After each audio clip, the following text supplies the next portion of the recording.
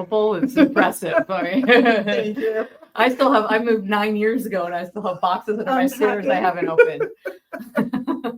Hello, everyone. I know, I'm back. And the sound sucks. Sorry about that. We will work on that. But I'm just impressed we're here at all because the last hour and a half has been, technical nightmares. But I have the delightful Varla Ventura with me, author extraordinaire, entertaining, fun, fact-filled books, which we're going to talk about in a few minutes. I've got some samples, and she has signed them. You're going to want to come and grab the copies we have now because they're signed by the author. I love that. In the meantime, welcome back. Hopefully you'll find us on the rebound. We have been down because of some issues with our internet provider related to our move. Y'all remember we've been talking about we moved just like 5-6 blocks up Central Avenue toward the edge of Minneapolis, but we're still in Minneapolis. So we're at 2520, thank you, 2520 Central Avenue Northeast in Minneapolis. And of course, we're still at megabooks.com. So check us out there too. It's always fun. We've got a ton of new stuff in. Huge book order has come in. I have nothing here to show you why, because I have been slaving away with technical difficulties. So I'm just going to give you a few highlights. Dowsing rods are in. Those adorable triple moon trays where you can pull the triple moon piece out. And I love those. Don't you love those? And it's got the little thing carved into the back so that you can set tarot cards in it. But I'll tell you what I really like it for. I like to get all my little tools, like if I'm going to use stones for a spell or a ritual or herbs, I like to get them in the little tray, in the little compartments that the triple moon thing creates. And then my little script. Oh, I love that. That in there. Oh, that's such a great idea. Yeah. I love that. It's simple. You just need a little tag board. It's something a little heavy paper. And then you're not like, do I remember the thing I wrote for the spell? Do I? Oh, no. So instead of concentrating on remembering something, I can concentrate on the magic. Yeah, all I have to do is look at the script and I can just dive in, and I love it for that. That's a great idea. It's great. I love that. It's great for the tarot cards. Don't get me wrong. It's also great if you're going to get the tarot cards involved in your magic, not to a reading, but where you're picking out the specific cards you want. And that's the intention you're adding to your spell. Then I love it for the tarot cards. Yeah. I think that's lovely. And everything's contained in like one nice spot that you can purify before and after. And I love that. Yes. So I love those. But we've gotten in all kinds of fun little hangy things. I saw quite a few fun hangy things out there, actually. Beautiful. Many beautiful, fun hangy things. There's a ton in the window that are like wire and beads. There's also some stained glass. Yeah. Yes, we have a new stained glass vendor I'm very excited to work with, because then I'm not going to name any names, but it turns out our last stained glass vendor was just going down to that guy's makers and buying essentially that guy's stuff. Eliminate the middleman.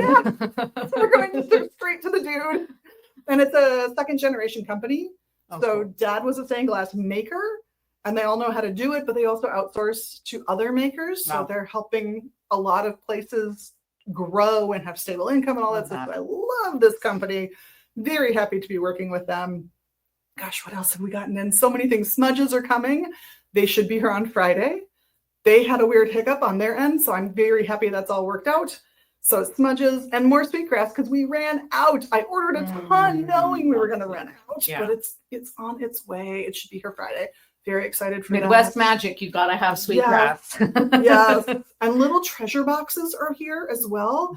I'm having a hard time keeping them in the shop. So if you need a little treasure box for your runes, for a couple of decks, some stones, just something you want to value, and I've seen this too, and I like this idea of maybe a 12-ish year old and you give them the treasure box with a few treasures as gifts. A few stones in there, maybe a candle. A little starter, but with promises. A witch starter kit.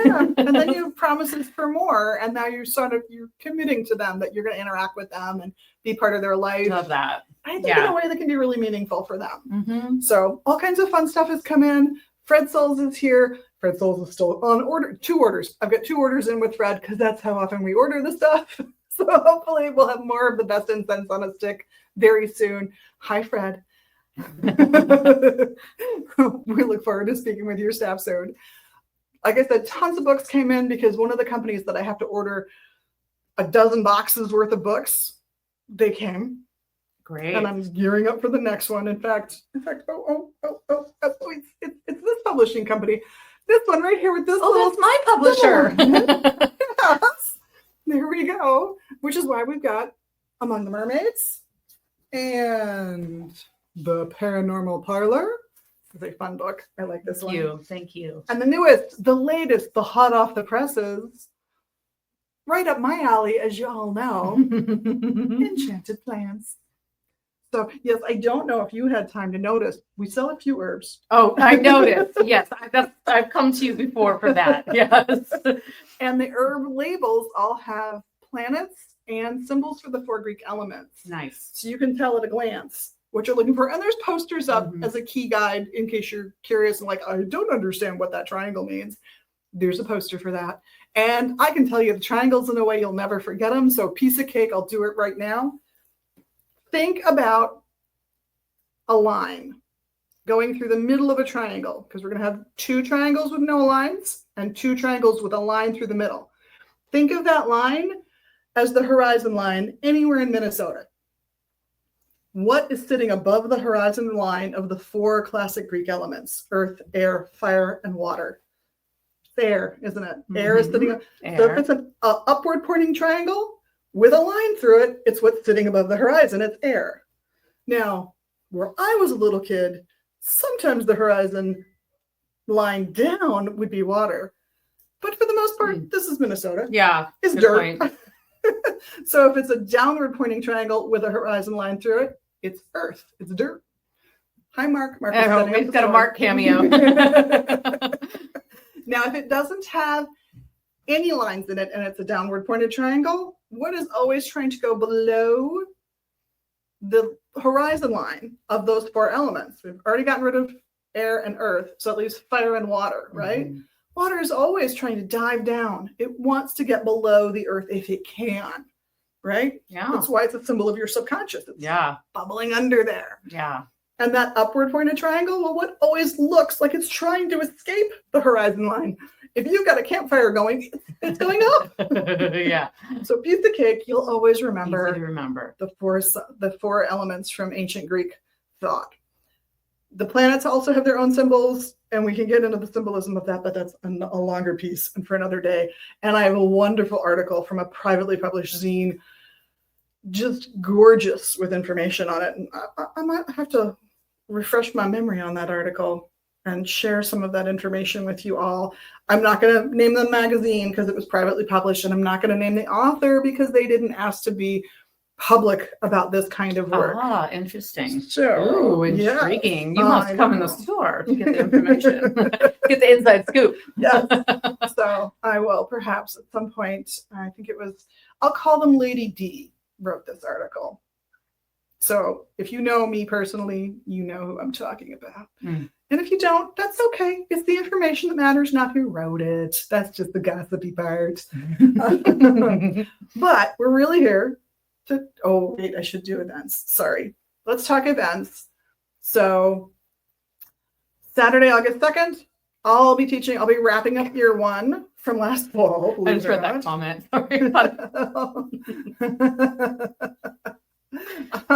Inappropriate comments are coming in. Yeah, it's true. It's all right. We're used to it. So we're women.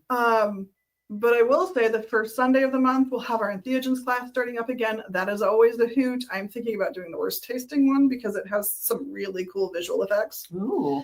And if you've not heard of the class before, we are basically offering you for free a baby-sized beginner level dose. Hi, Mark. Mark again. To test taste and to experience for yourself while we talk about the tech of the herb, the mythology and the folklore that we know about the herb, where it comes from, why it was used, how those people valued it. Sometimes these herbs are heavily associated with things like ancestor worship, sometimes about speaking with whatever deity they work with, often for healing. It's often a shaman's herb used to help people heal because the shaman's out of ideas and they really need to ask a higher power. That is not always, but frequently one of the uses for some of these herbs.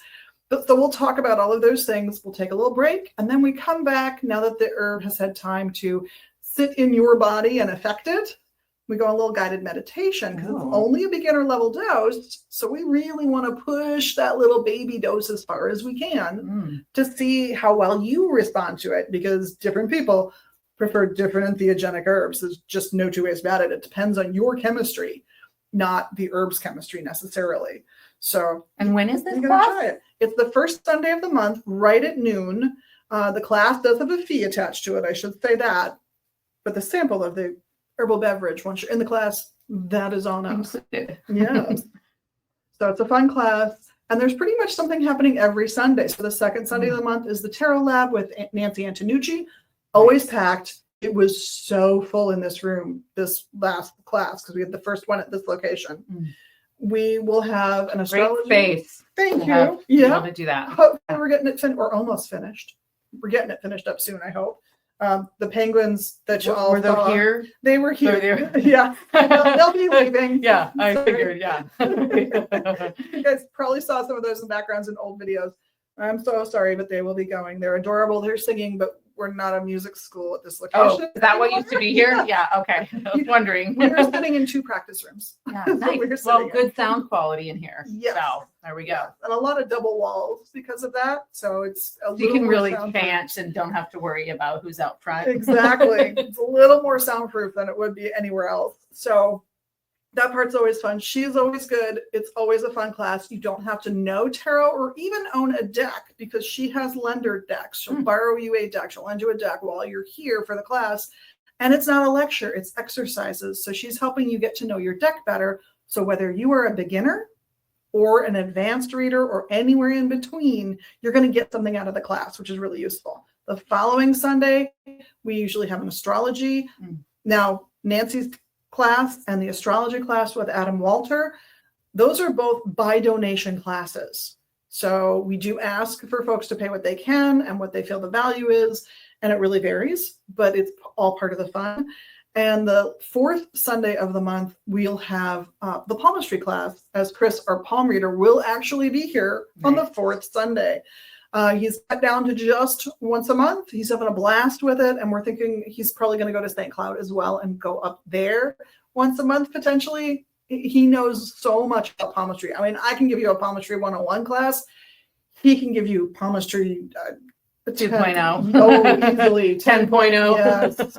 And he loves it. He's desperate to pass on the information. He so wants everyone to embrace this art form that he values and loves so much. So I do recommend his class. The last Sunday of the month, whether it's the 4th or 5th, we also do a little Reiki share. So if you want to come and meet up and do a little Reiki trade, I'm all for it. I'll be here. It's always fun. That's always at noon. These other classes, the tarot, the astrology, and the palmistry, they're a little bit later.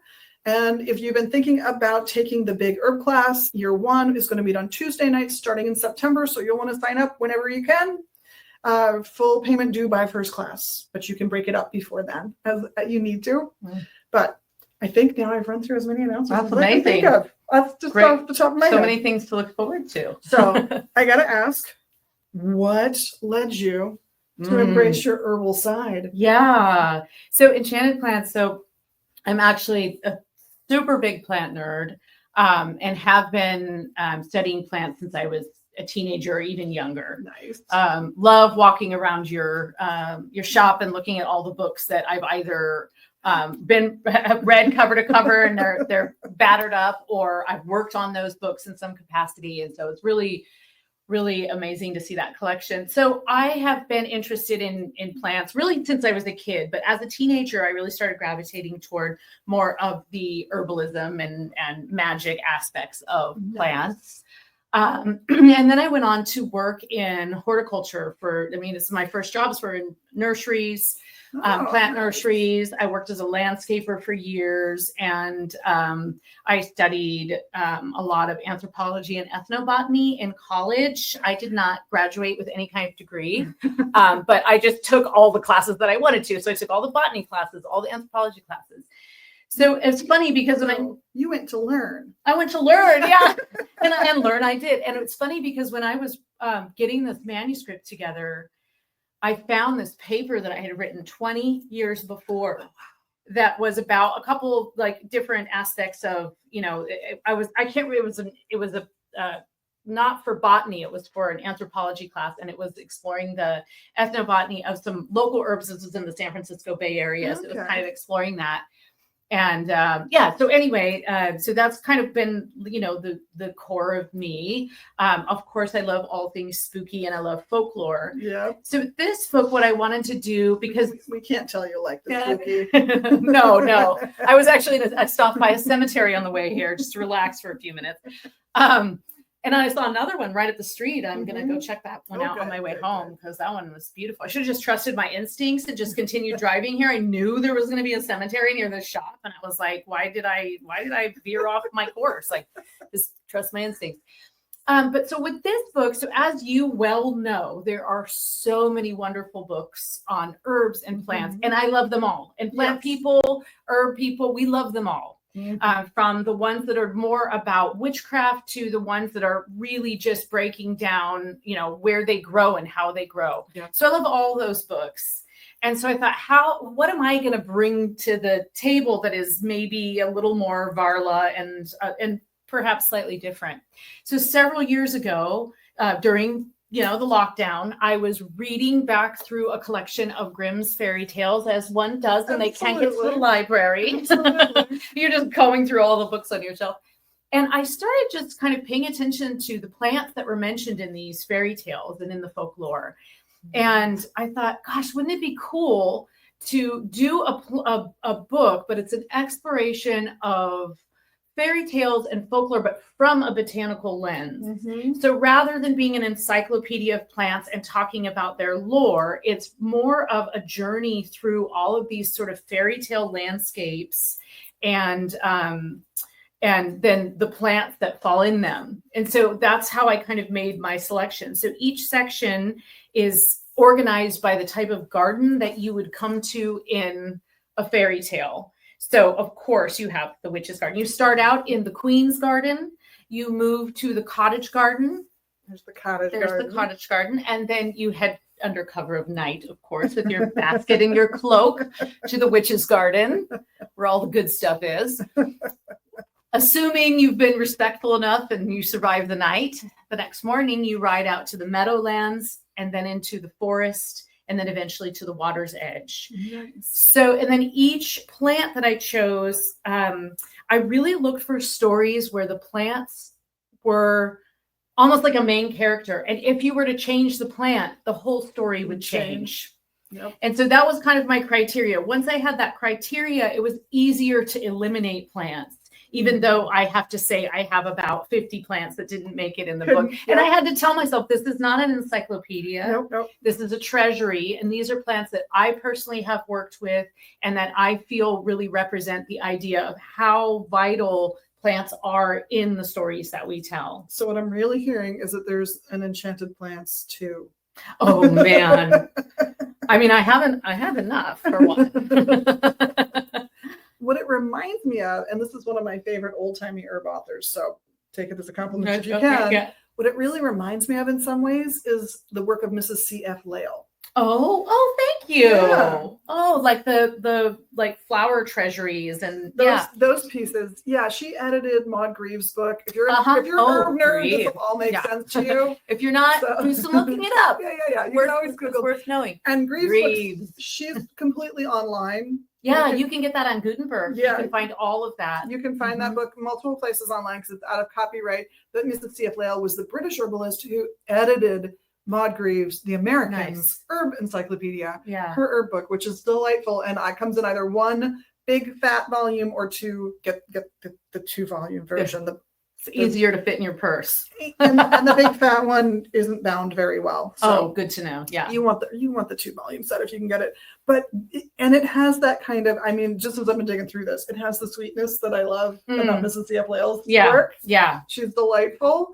And her stuff also, by the way, out of copyright, but you can't find it as readily online. Sometimes you find people selling like photographed versions that they like comb, if you know the comb binding system.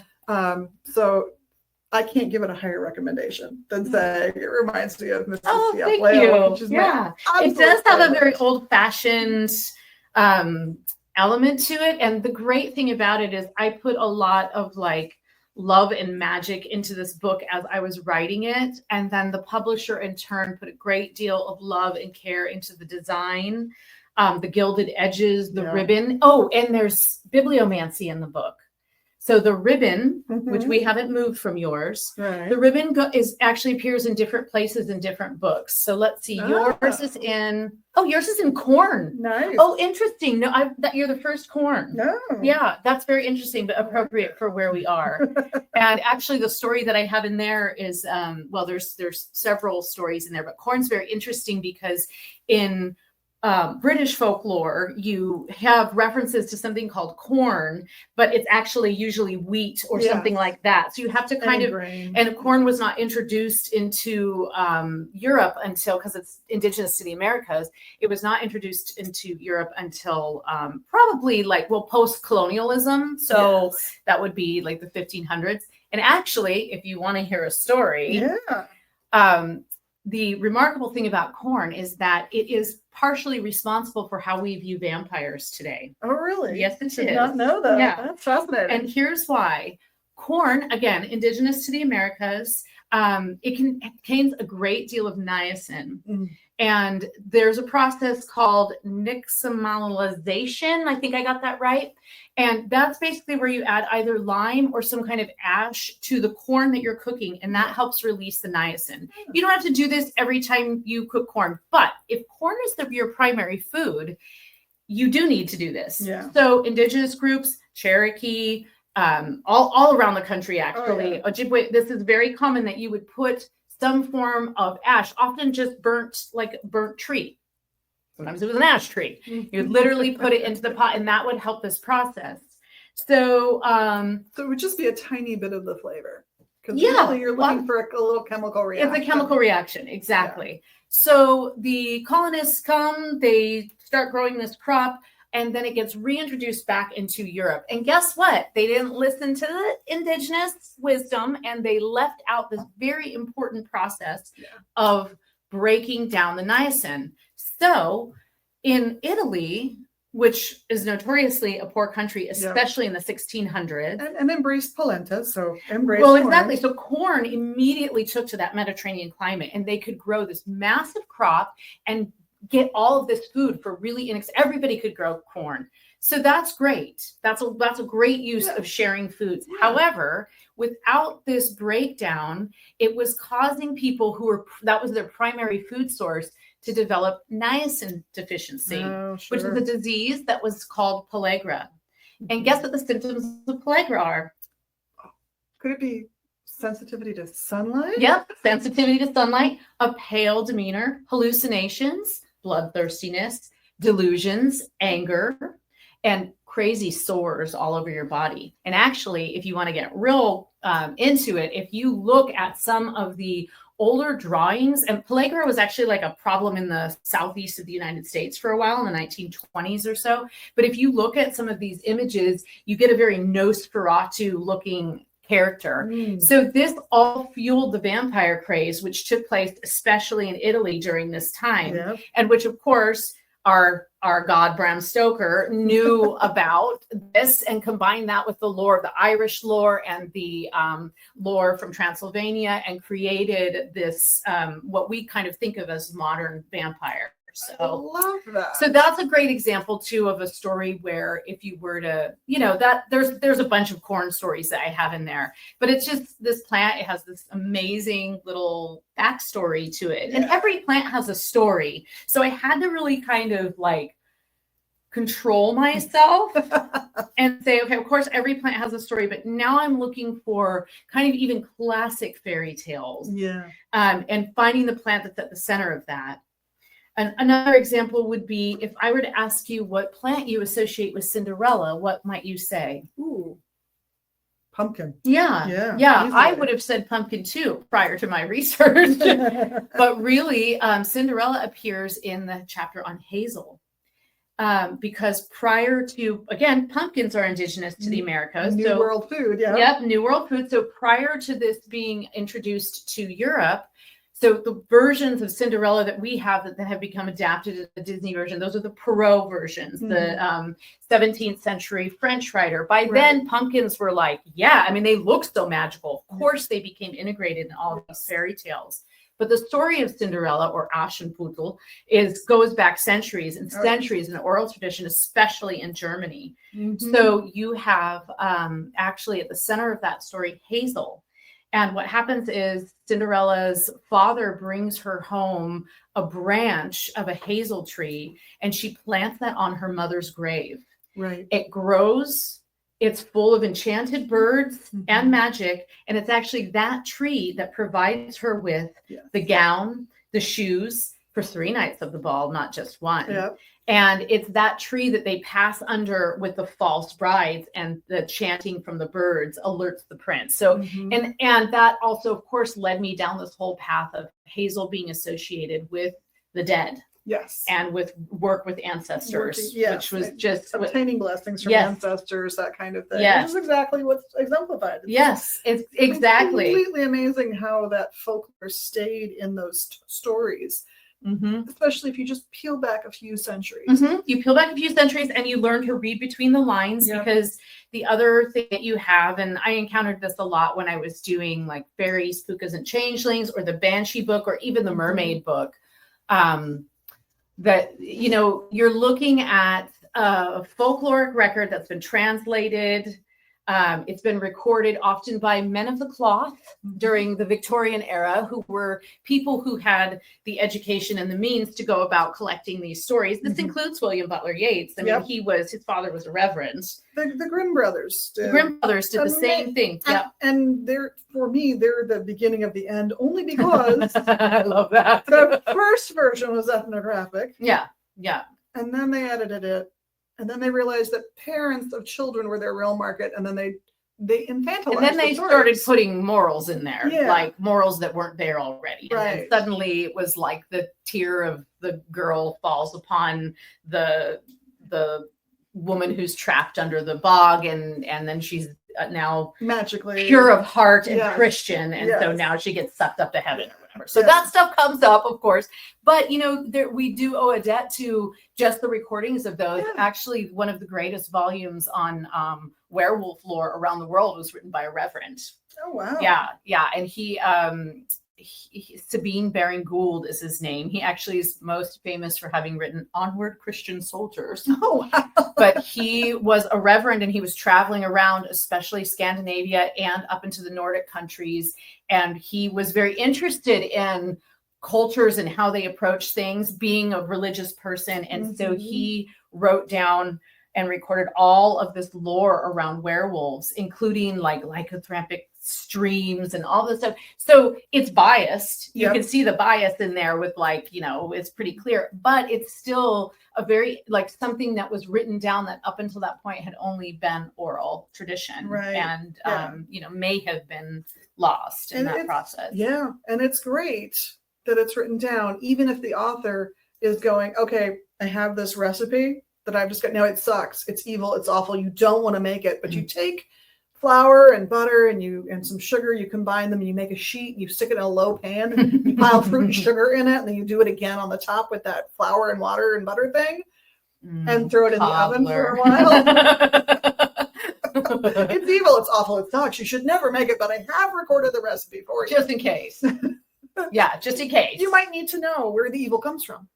Or like all those recipes where witches would put ingredients in there that were code for other things. Yes. Like, come on, they did not put the fat of babies into the vat. No. That was not a thing. But it was a great way of saying, like, hey, if you don't know what this is, don't mess around with this, because it is hallucinogenic. It is psychotropic. Exactly. You should only use it topically. That's why you need fat in the recipe. Yes. So there's great, all these like kind of hidden meanings in those. And people get themselves in trouble. Even there was an herbalist in the 20th century who, her name was Jean Rose. Oh, Jeannie Rose. I love her. Yeah. And she wrote about a flying ointment, San Franciscan recipe that she tried out. Oh, yes. I remember that. That was meant to be painted on the nails. Oopsies. So that's how strong it was. It needed your nails as a barrier of entry to your body.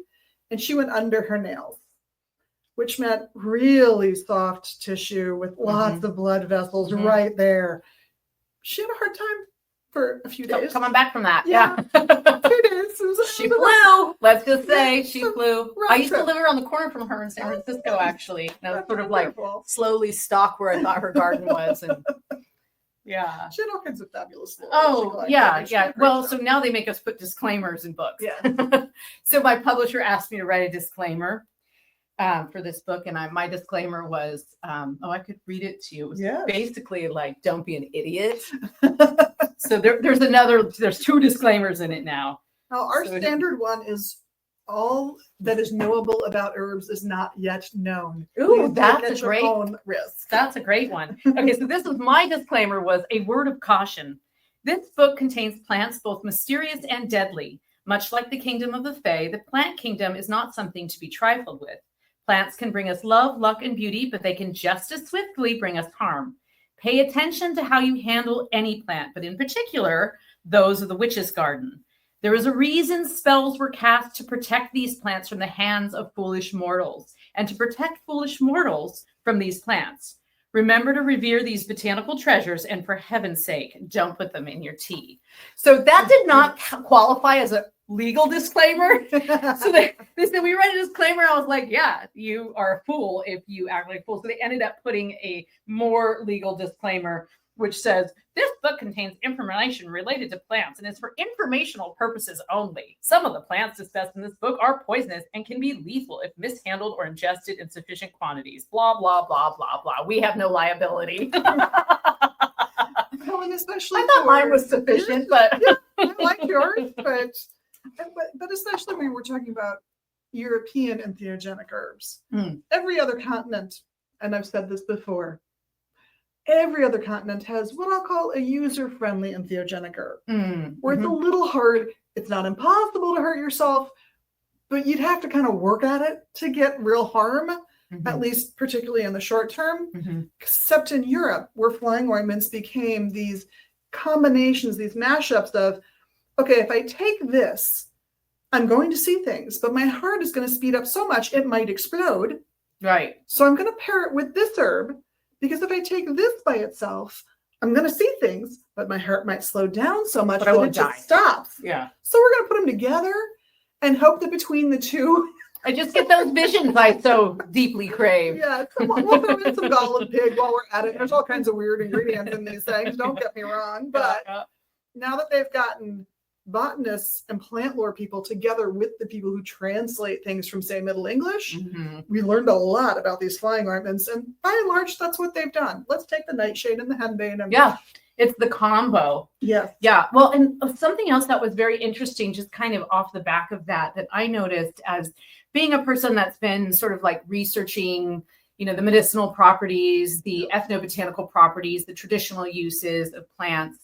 I spend a lot of time reading like medical studies, which are like sometimes nearly impossible to read. And for this book, I actually had a great time doing it. And one thing that I noticed personally is that I would say over the last 5 years, maybe stretching into the last 10 years, there's a real trend in acceptance of indigenous wisdom within the starting place for the medical research. So rather than saying, oh, supposedly this plant, cures warts or cancer in this, in this village or whatever, then we're going to just run it through all of these tests and we'll put some cancer and some mice and then right. Okay. So that's an earlier approach. Now what I see is launching from the place of this has curative properties. Now let's see if we can isolate what's in it so that we can then replicate that and create some kind of medicinal cure that would be more widely available. And that's a shift. A big shift. And it's interesting because every doctor I get a chance, I have this discussion with. And, I actually just went through, I was diagnosed with breast cancer in March. And so I have spent a lot of time with a lot of doctors, most of whom are younger than me. And this has been an ongoing discussion with them. And it's so heartening to hear the medical community embracing a much more holistic. Yeah. Now the medical system doesn't necessarily work with that, but the mindset has shifted dramatically, certainly from years ago when they would tell you not to take anything, and and would you got to bring in what you're taking if you have to take like really strong medicine. But overall, like that shift has been really, it was a pleasant surprise for me to see that. It's been, I know, working with my cancer clients over the years, there has been this, and it's not a universal shift. No, we'll still get the odd person whose oncologist is completely against whatever we're recommending, but the recommendations are all based on, does it make the therapies you're using more palatable so you can endure them better and really do the full cycle of, say, that particular type of chemo, because sometimes they have to get cut short depending on the person's health. Or so does it make it more comfortable so you can endure it better? Does it make it more effective? Or is it something that starves your particular cancer of a particular kind of food that it likes, or prevents the creation of it's called fibrin, but the network that your capillaries use to basically string their way to where they're going. If you can prevent the production of fibrin, you're going to cut blood off. You're not going to let that cancer get more blood. You're going to be depriving it of the food it needs to grow at the pace it wants to grow at. So I am not saying any of those things are going to fix your cancer, but they're going to slow it down. But the other aspect is like the immunosupport and also the psychological aspect, because the best thing you can do entering into what might be like one of the worst situations, one of the worst situations of your life, is to go in it with the attitude that you're going to make it. And that you're not going to feel power. And that you have some agency, because you feel like you don't have any agency. So then it's like, oh, well, if I have something that I can work with. And even, I would say, even just working with plants on a visual level can be sufficient. If you've got an oncologist who is very much like, nope, I don't want to have, any of these any of these reactions with this, which, they actually, like during radiation, they want you to be very, very careful, because they actually want you to absorb. You need to absorb the radiation. So you don't want to do a lot of cleanses or anything like that. You want that radiation to stay and be effective, as difficult as that can be. As uncomfortable as that is. So interesting. We want to make those situations comfortable. We don't want to work against those treatments. That's important. Very much. I am going to say, if you are in this position and you are thinking about alternative medicine, see a professional who understands the herbs and knows the research already. And that might not be your oncology team, and that's okay. They all just have to agree to get along. Yes, like I had my doctor, my primary, and my oncologist in a very rigorous discussion about a medication that I take, and which one was problematic with this like long-term medication that you have to take, tamoxifen. And so she was very knowledgeable, and she went in and she looked it up in the, doctor's book of what contrasts with it. But he is like the next level of that and knows from 25 years of experience. So he was like, nope, you should do this. And then I brought in all my, this is what I take on a regular basis. And he was like, I want you to stop taking all of that, but that one's okay. I was like, okay. Sometimes these supplements will feed the cancer. They will do the opposite of what you're looking at. Yes, for example, I had estrogen receptive positive breast cancer. So herbs that ease some of the symptoms that women feel as they're going into menopause, or like any of those things.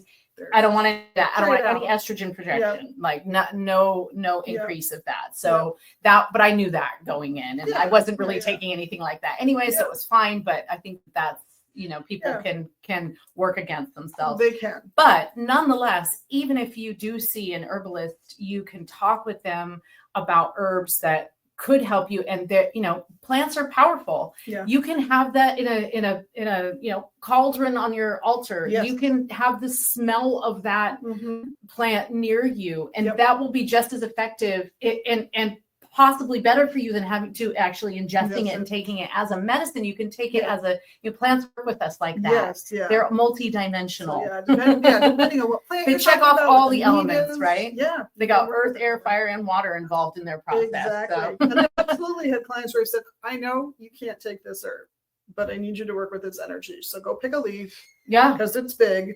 And just thumbtack it over your bed. I just that's the level of use I want. That's a great way to work with some of the poisonous plants as well, is to work with them more on a visual level, because a lot of people don't know how to handle them, but they want to tap into the power of those plants. And I'm not saying you're not going to inhale a little bit of that herb, but you're going to get so little that contact your system will contact high. It's not the same. We've all been there. It's not like eating it, so it matters. Or you balancing. This herb has some of those properties that maybe you're not looking for, but it's got 7 chemicals that specifically work against what you're dealing with. Now you have to make a decision about this, and it takes some education and some research. Well, and that's the sort of base of homeopathy, right? That the thing that causes the symptoms in large doses can treat the symptom in a small dose. Train the body to respond. Even I think you can get that even with essences. You can get that to a certain extent, like just to be able to tap into the power of that plant and that herb, and just be able to reconcile something with it and ask it for help. Yes, it's where vaccinations come from. Right. I mean, homeopathy is exactly what all medicine. I think. I mean, with the exception of the first chickenpox vaccine, which comes from traditional Chinese medicine. And I'm just not eating someone's chickenpox scabs. Oh, me either. Not doing that. Me either. I've had chickenpox like 3 times and I've been vaccinated. Yeah. I've had it once. I had the traditional one time, and I've not had shingles or anything recur. Yeah. Thankfully. I don't know. It's like one of those things, like whenever they say, well, for most people, I've learned that doesn't apply to me. Which I just take that as a compliment. I mean, what can I do? I am who I am. You're unique, you're special. This is true. Yeah. It's one of the reasons we don't make recommendations for herbs over the counter, is because I don't know. Yeah, you gotta get you need a consultation. Yeah. And so the staff is like, no, we can't. Legally, they can't do it. And I'm like, well, no, because if you had a cough, and anise was wonderful and it helped your cough tremendously, which is one of its traditional folklore uses. You're excited about it. Someone else comes in with a cough, you recommend it, but their cough is the opposite of yours by symptoms. Yeah. The only thing you have in common is that you're both coughing. Yeah. Yeah. Dry cough, wet cough. Yes. So many things. Suddenly, the recommendation that you give them is the worst choice, makes everything worse, and now herbs don't work, which to their mind, which is not true. Right. Which then closes that door to the possibility of holistic. And there's so much good in the holistic world. Now, see your oncologist if you need I will not see you, by the way, if you are diagnosed with cancer and you're not under an oncologist's care. Yeah, you need to be. You absolutely need to be. I'm telling you, those doctors, and the thing is you get multiple doctors. Yes. You get a radiation oncologist, a regular oncologist, a surgeon, a reconstructive surgeon. You get a whole team of nurses, you get a whole team of support staff, which is amazing. And I'm happy to say that my oncologist said I can consider myself in the cancer-free stage. Yay! Which 4 months later, suddenly I'm like, so that it's been a wild ride, and I feel I wouldn't say it was easy, but I feel very blessed because it's a lot harder for others. So I feel like I kind of got off easy, but good. Well, my phone is. I think it's mine, and I'm sorry I didn't put it on Do Not Disturb. That is quite all right. It's probably my best friend calling me, reminding me to pay attention to the time and acknowledge that we have to go. Sorry, but wait, how do there you go. There's the book. That's the latest one, so come grab it when you can. We'll be checking this one for quality because we have been having massive issues with our upload quality in our new location. So if this was choppy, I apologize, and we are working on it. All right. I don't live very far. That's true. And there's a lovely cemetery right up the street. So also true. And a really good ice cream shop. Ooh. And if you're vegan, a really good 1950s-esque experience. Sort of, it's not the decor of the place, but it's malts and burgers, but how cute. Coconut milk and ooh, yummy. Yeah, it's totally like you want a complete throwback meal, but you Nice. don't want a throwback diet. I love this neighborhood. It's a good great spot. neighborhood. Yeah, Yeah. that's Francis, just so you guys know. There's Okay. all kinds of really great restaurants area though. Anyway, have a wonderful day. Have a wonderful week. Hopefully this means that things are going smoothly. We'll see. We've got new equipment for our uploads.